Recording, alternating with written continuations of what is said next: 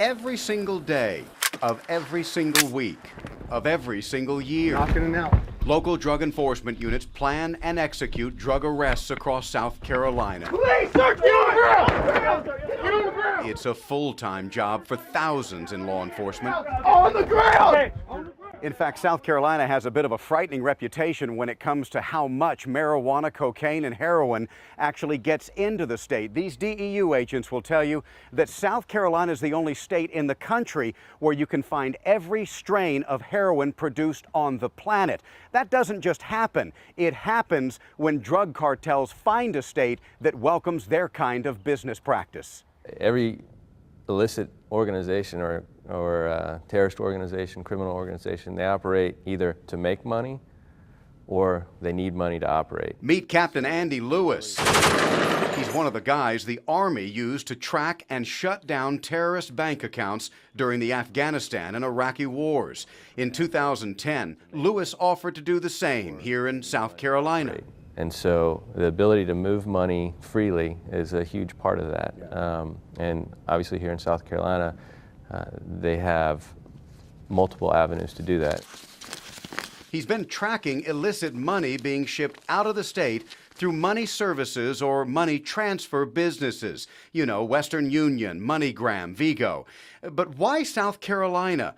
We're one of only 2 states left in the country that does not regulate this industry.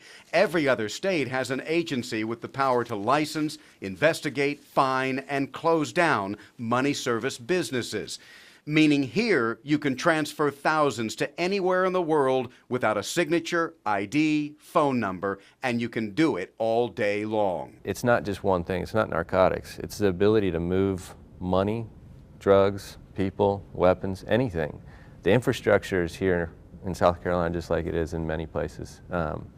And the bad guys can move anything pretty much at will. Captain Lewis presented a year's worth of research and tracking to state lawmakers, the state solicitors, police chiefs, sheriff's association. The numbers he uncovered were staggering. The report showed there were more than 3,000 money transfer service businesses operating in just 2 coastal counties alone. Fewer than 10% were actually registered with the state. Those businesses wired nearly $700 million a year just out of the Myrtle Beach area to a handful of known cartel addresses in Mexico and Colombia, and to locations operated by Hezbollah and other known terrorist groups in the Middle East. But the report found this is happening from Hilton Head to the North Carolina border. Lewis's research offered one conclusion to law enforcement and lawmakers. If you want to control drug activity, human trafficking, illegal immigration, and violent crime in South Carolina, pass legislation to regulate the money transfer industry. After gaining the support of almost every law enforcement association in the state of South Carolina, as well as the solicitors' offices and key members of the House and Senate, a bill was drafted to help close that multi-billion-dollar loophole. Senate Bill 1230 was introduced into committee, and that's where it sat for 4 years. The lobby against the bill was stronger than the lawmakers pushing it. How do we continue to be last in this front?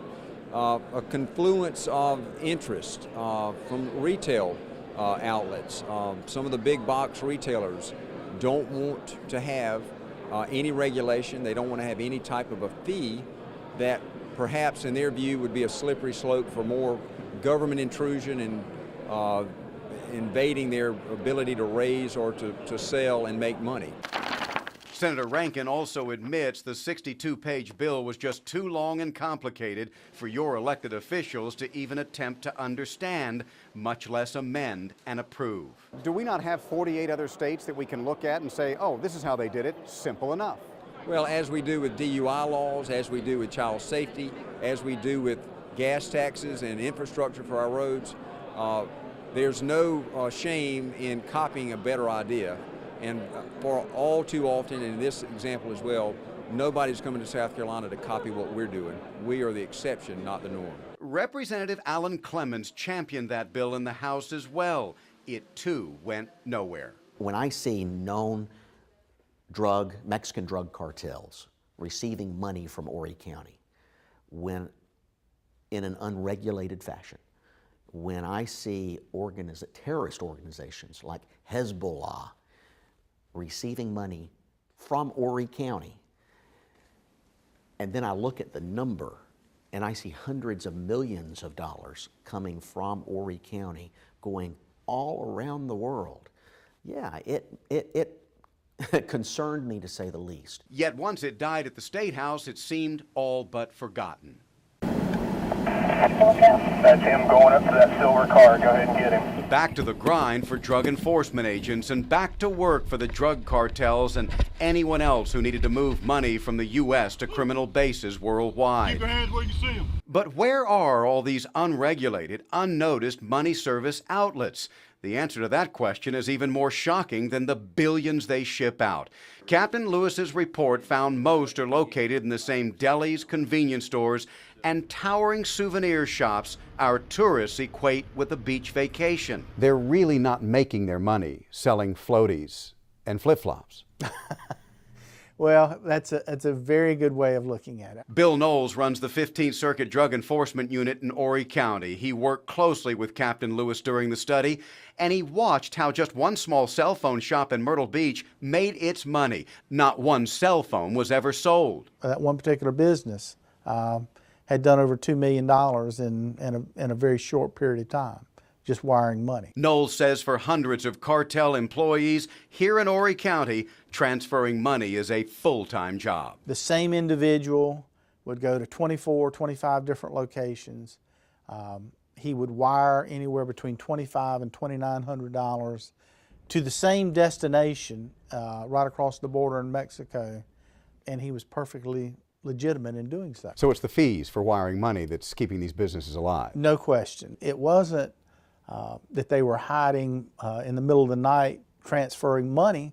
They were doing it right in front of our face and doing it legally. Based on Captain Lewis's research, there's a reason Myrtle Beach and other South Carolina communities are overrun with these giant souvenir shops. When you look at those stores with millions of pieces of merchandise in there that have dust on them, and the amount of money that it costs to keep those lights on and everything, those are ready-made to just move money through because there's really no accounting. It's sort of like a junkyard. Those who have found the loopholes in our state laws aren't sitting back and waiting for someone to plug them either. These are multi-million-dollar, multinational organizations. They understand the laws of South Carolina. They do risk mitigation like anybody else does, and then they leverage those weaknesses we have in resources and laws and business processes and in oversight. And Bill Knowles knows that every day South Carolina chooses to allow millions to leave the state in support of drugs, weapons,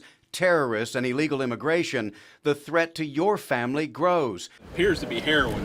So too does the threat to the men and women charged with stemming the flow of drugs. The facts are that ill-gotten gains are being wired from this state on a daily basis, and we're doing nothing to stop it. Perhaps a ray of hope from the State House to the Criminal Justice Center in Conway, our investigation appears to have at least gotten those with the power to do something talking again. I would tell you that the conversation has been restarted. Restarted why? Because of our inquiries? Well, I think your inquiry as well as the local law enforcement. What are we doing about it? What are you as a state legislator doing about making this conversation start over again? With your help and your reminder, I have reinitiated that discussion with law enforcement. So it's time to move the process forward, I think. South Carolina doesn't need to be the last stronghold of drug dealers and money launderers. We're hoping now with what you're doing and with it coming back to light, it will speed the process up. And then when I say speed it up, it's bring it back to life, basically, is what I'm saying. Since we first began our investigation into money laundering here in South Carolina, both Senator Rankin and Representative Clemens have contacted law enforcement in the state as well as their colleagues to try and bring up yet another bill to debate this issue. But given the history of this issue and this legislature, it will likely be up to the voters to decide when it's time to stop funneling money to terrorists and drug cartels overseas. In Columbia, I'm David Clue, WMBF News.